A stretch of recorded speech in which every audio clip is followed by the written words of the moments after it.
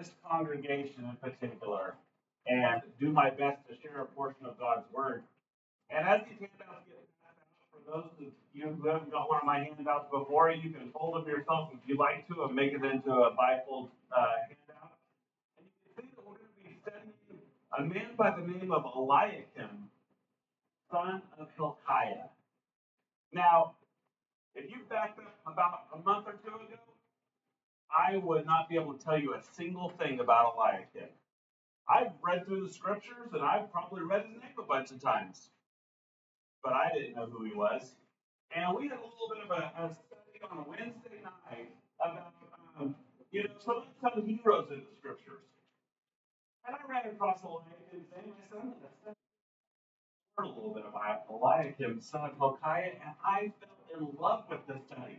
What I fell in love with was learning that Eliakim, son of Hilkiah, is a type of Christ. We learn throughout the whole scriptures about types and antitypes. A type of Christ would be someone foreshadowing Jesus Christ. And then Jesus Christ is the antitype that over abundantly fulfills that prophecy. An example of this, for those of you who may not be familiar, is in Matthew the 12th chapter, the Pharisees come to Jesus and they say, we'd like to see a sign, we'd like to see a miracle. And Jesus turns to them and he says, only sinners would ask a question like that. He says, I'm not going to show you any signs except for the sign of Jonah. He says, Jonah was in the belly of that great fish for 3 days and 3 nights, and then he came out of there. I'm going to be in the grave for 3 days and 3 nights, and I'm going to be resurrected. And he says, in Matthew the 12th chapter, and give or take, verse 41, he says, I'll tell you that I'm greater than Jonah was. I am the antitype of Jonah. I'm going to do something even better. I'm going to be even a greater miracle than the miracle of Jonah. And he tells them, he says, and the people at Nineveh, in Jonah's story, someday they're going to judge you. They're going to show that you're guilty because when Jonah came to preach to them, they repented. You guys aren't doing that. And he said, likewise, the Queen of Sheba is going to judge you because she traveled thousands of miles to go see Solomon and hear his wise teachings. But someone greater than Solomon is here, Jesus said. I'm greater than Solomon. He was a king. I'm a greater king. He was wise. I'm wiser. And so Jesus fulfills these types and antitypes all throughout the scriptures. And it's an amazing study to do. So now that everyone has a handout, we're going to switch over, not talking about Jonah or Solomon. We're going to be talking about Eliakim, son of Hilkiah. Now, there may be some young ones here. There may be some middle-aged people, even some older people here that are like me when I was a kid. When I was a kid, I would hear these Bible stories. I might look at illustrated Bible storybooks. And in my mind, some of these stories would seem almost mythical or like fairy tales. These people, these acts of these people would seem just almost too good to be true. And I would take the somehow in my mind as a kid, take it out of my mind that these were real men. These were real women. These were real people thousands of years ago. I want to assure you, everyone here, that we're talking about real men this morning. So on the front of this handout, we're not going to go into too big a detail, but basically what we have here is almost like the signature of the people that we're talking about. These were boule that were found, dug up, and that's a word that we don't use every day. But imagine 2,000 years ago, and you have King Hezekiah, and he has a scroll or a parchment, and he rolls that scroll or that parchment up, and he wraps some twine around it or some string around it. And if he didn't do anything, it would just kind of be like a spring and explode, right? So he wraps the string around it, and he puts a piece of clay to hold those strings together and keep that thing bound. And then he presses his seal into it that designates it as his. This top picture right here on the front of the handout, this is the boule of Hezekiah. And it says on it, belonging to Hezekiah, son of Ahaz, king of Judah.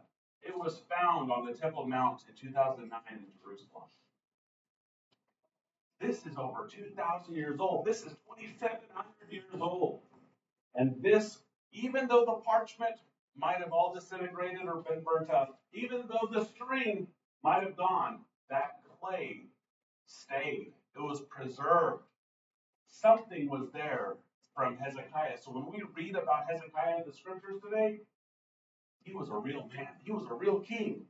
The next one is for the prophet Isaiah. It says belonging to the prophet Isaiah. And it was found just 10 feet away from Hezekiah. They worked together. We're going to learn a little bit about that. This is his seal. This is his bula. The next one down below it says belonging to Eliakim, son of Yehezorah. Eliakim, we're going to be studying about him today. But wait a second. That says that he's the son of Yehezorah. The top of the handout says son of Hilkiah. The scripture says son of Hilkiah. Oh, it's too bad that we don't have the actual one from Eliakim, son of Hilkiah. Oh, well, as they start looking through, all of the museums, they find that there is another boule that had been found years before in 1974, and it says belonging to Yehezorah, son of Hilkiah. If you connect these two together, what you find is that there's 3 generations represented here. Hilkiah was actually the grandfather of Eliakim. So instead of saying Eliakim, son of Hilkiah, in your mind you can say grandson or descendant or relative. The Hebrew word for son here is ben. And ben can mean son, grandson, ancestor, descendant. So most likely Hilkiah was someone of a high position that everyone knew about. We see this other times in the scriptures. And this is the 46th chapter, verse 21. We have listed the sons of Benjamin. Benjamin, the sons of Benjamin, the descendants of Benjamin. Well, they're not all his sons. Some of them are his grandsons. And we know that from Numbers, the 26th chapter. And you can see a little bit more of the family genealogy there. In Matthew, the 1st chapter, Jesus is referred to as the son of David, the son of Abraham. Yes, he is a descendant of David. He's a descendant of Abraham. And so today we can look at these bulle here, and these were once touched and handled and held by the men that we're going to be studying about. And that is so cool to me that the archaeologists, even as late in here as 2014, not that long ago, 11 years ago, are still finding artifacts from people in the Bible. I love that stuff. So to give a little bit of context, we need to back ourselves up 2,700 plus years to the year 701 BC.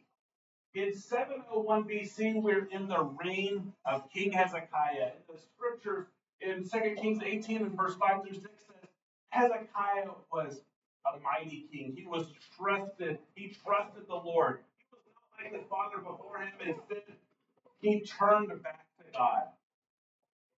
2 Kings 18 and verse 5 through 6 said there was none like him before or after of all the kings of Judah. What a compliment.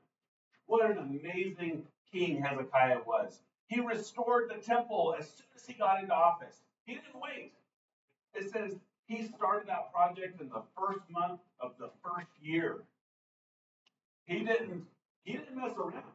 As soon as he was ready to turn back to God.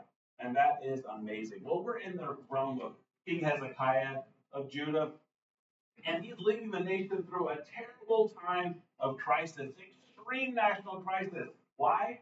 Because he turned away from the Assyrian leadership. He turned away from Sennacherib, the king of Assyria. What that probably also means is he stopped sending the money. And so the king of Assyria, Sennacherib, he starts attacking. And Sennacherib, the king of Assyria, had conquered all of the northern kingdoms of Israel. They were the most powerful nation on earth. Their army was big. Nobody could stop them. So they capture all the northern kingdoms.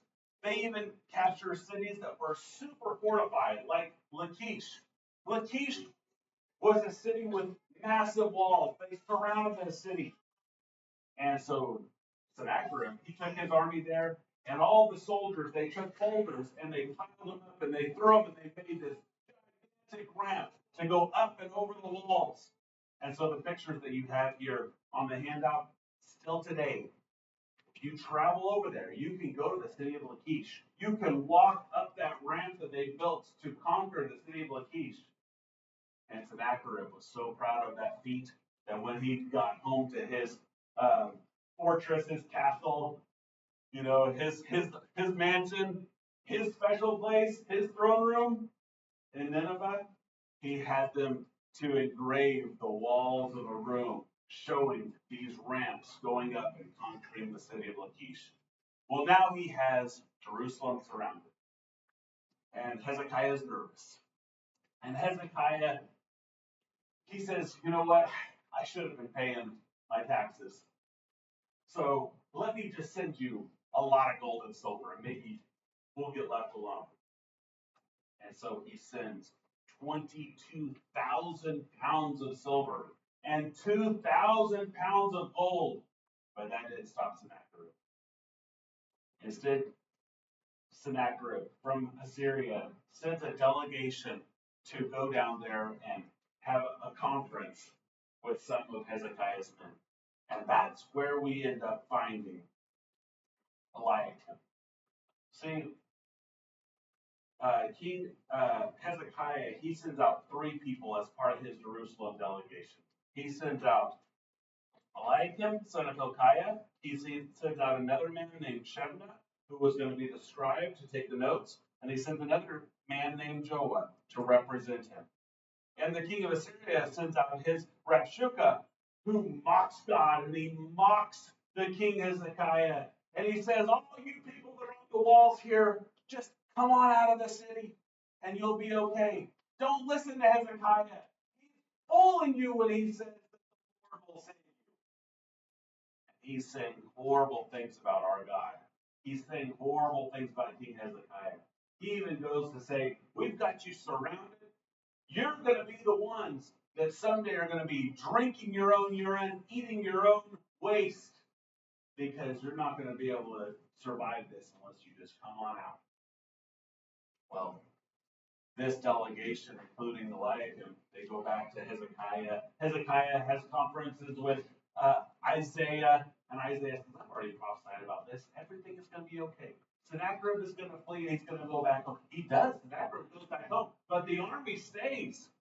Sennacherib sends a letter. Hezekiah rolls out that letter, and he prays over it to God. And God sends the angel of the Lord, and he slaughters 185,000 Assyrian soldiers in that same night. God is the only one who could beat that army, and he does it. Because Hezekiah trusted in the Lord. Because Eliakim trusted in the Lord. Because Isaiah trusted in the Lord. Jerusalem was saved. And it's one of my favorite stories, and I wish that could be the sermon today. But instead, that is basically just the introduction to this man, Eliakim. Now, we didn't learn that much about him except for that he was, a messenger and that he was the steward or the palace manager for King Hezekiah. Now, we find a lot more about him in Isaiah. In Isaiah, the 22nd chapter.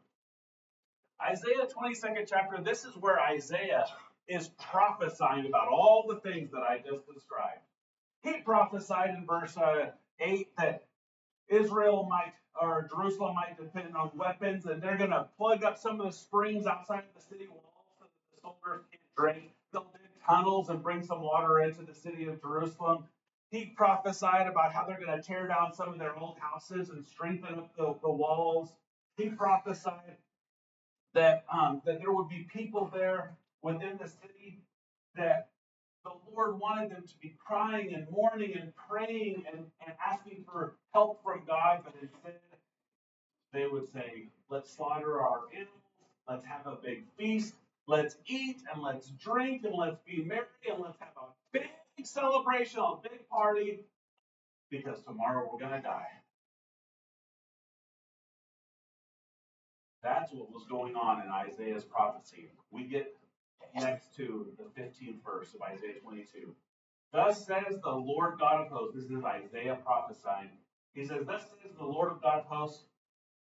He says, come, go to this steward, to Shebna, who is over the household, and say to him, now see, at this point, Shebna was the household manager. He was the manager of King Hezekiah's palace. He was the one in charge. He says, go to Shebna, who is the household, and say to him, what have you done here? You should be leading as a spiritual leader and as a spearhead for King Hezekiah. Instead, you're out cutting your grain where it doesn't belong. See, Shebna, he was like a high priest, and he was also the palace manager. He should have been leading the people, building up the people, saying, trust in God. He's going to save us here. But instead, he's just like the rest of them, thinking that they're all going to be slaughtered. And so he finds himself the best spot for his family too. And he starts carving this hole in this cave. And you know what? They found his tomb there. God said, you don't even belong to have a tomb here where all the tombs of the kings in the city of David are. Your tomb doesn't even belong here. Only royal families belong here. And you're here building your tomb because you've given up on this. God said, behold, the Lord will hurl you away violently, oh, you strong man. He will seize firm hold on you, and he'll whirl you around and around and throw you like a ball into the wild land. You ever heard about the Lord throwing a ball? This is the only place in the scriptures that I know about where he says, I'm going to crumple you up, and you don't belong here in this grave here in the city of David.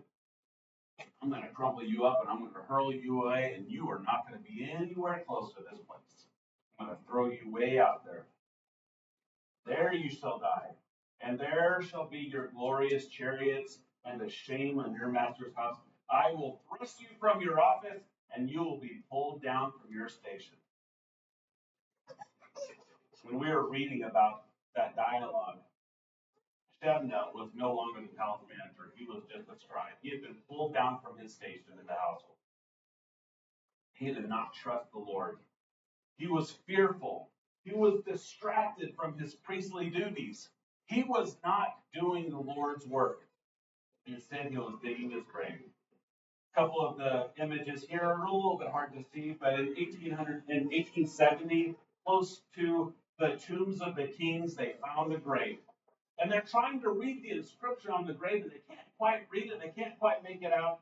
There's some areas missing where it's been a little bit destroyed. But most scholars believe that that was actually the sepulcher of Shebna that he had been building in that city. Said, well, this isn't any of the kings that we know about, but it sure looks like it could be a longer way to say Shebniah. They think they found his grave, and his bones were not in that tomb. The Lord had crumpled him up and made him go out and die some other place far away from the city. Isaiah moves on in verse 20. He says, in that day I will call my servant Eliakim, son of Hilkiah, and I will clothe him with your robe.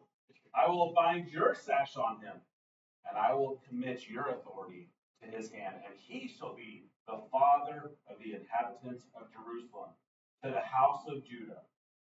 See these robes and these sashes in the Old Testament? The robe there, half of the time in the Old Testament, that refers to someone with priestly authority. The sash, every time in the Old Testament, refers to priestly authority. So when you combine the robe and the sash, he's saying, Shebna, you didn't serve your role as priest. You lost faith in God, and I'm going to take away your priestly garments. I'm going to hand them over to Eliakim. You know, when we start thinking about how Jesus is our high priest, think about Hebrews, the 4th chapter, verse 14 through 16. where it says that Jesus was in all points tempted like we are, yet without sin. It says, let us therefore come boldly to the throne of grace, that we may obtain mercy and find grace in times of need. Jesus is our high priest. It is his throne of grace that we can go to. Isaiah moves on and he says, and in that place on his shoulder I will place the key to the house of David. And he shall open and none shall shut, and he shall shut and no one shall open. I looked at this and I said, what does it mean to place a key on someone's shoulder? Like, I'm used to seeing keys on a key ring, like what I might have in my pocket. I'm used to maybe, you watch an old movie with maybe some medieval gate, and they have this big, huge skeleton key, maybe around a necklace.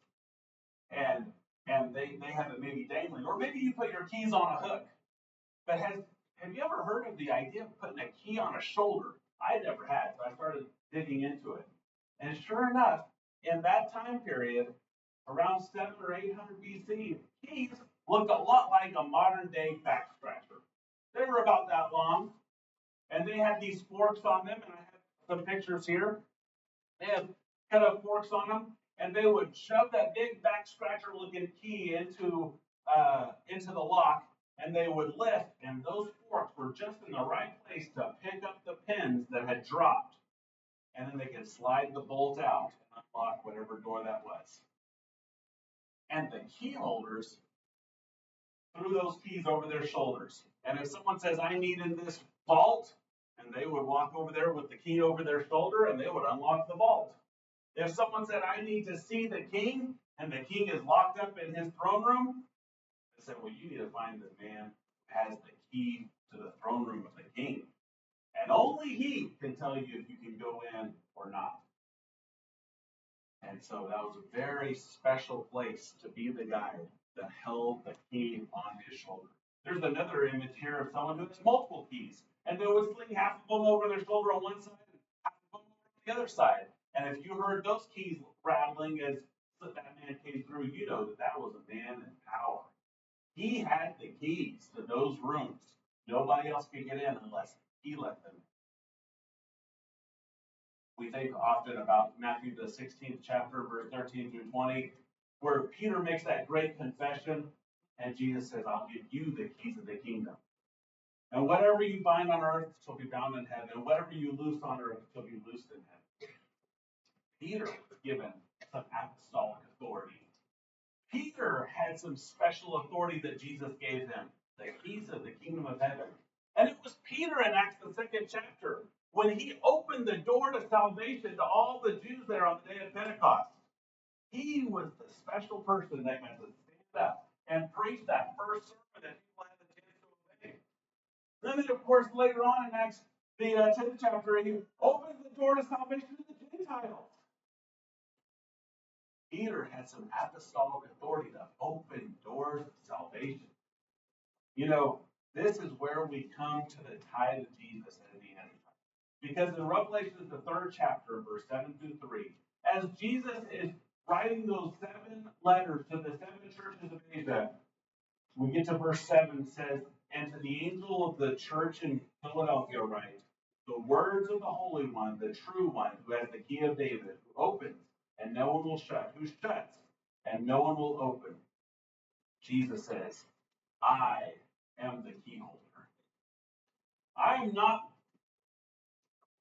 Eliakim with actually a key to the house of David that has the authority to be the judge over who can go see King Hezekiah or not. Or maybe has the key to the vault where the money is stored. I am not the apostles who had some apostolic authority to open and close some doors. I am the ultimate fulfillment of this. I have the keys of the kingdom of heaven. And he says, and he says, the words of the Holy One are true, the one who has the key of David, who opens and no one will shut, who shuts and no one will open. Yes, John the 14th chapter, verse 16 says, I am the way, I am the truth, I am the life. No one can get to the Father, how? Except through me. I'm the key holder. I am the way to get to the Father. I am the ultimate fulfillment of this prophecy. Ephesians, the second chapter, verse 18 says, For through who? Through Jesus, we both have access by one Spirit to the Father.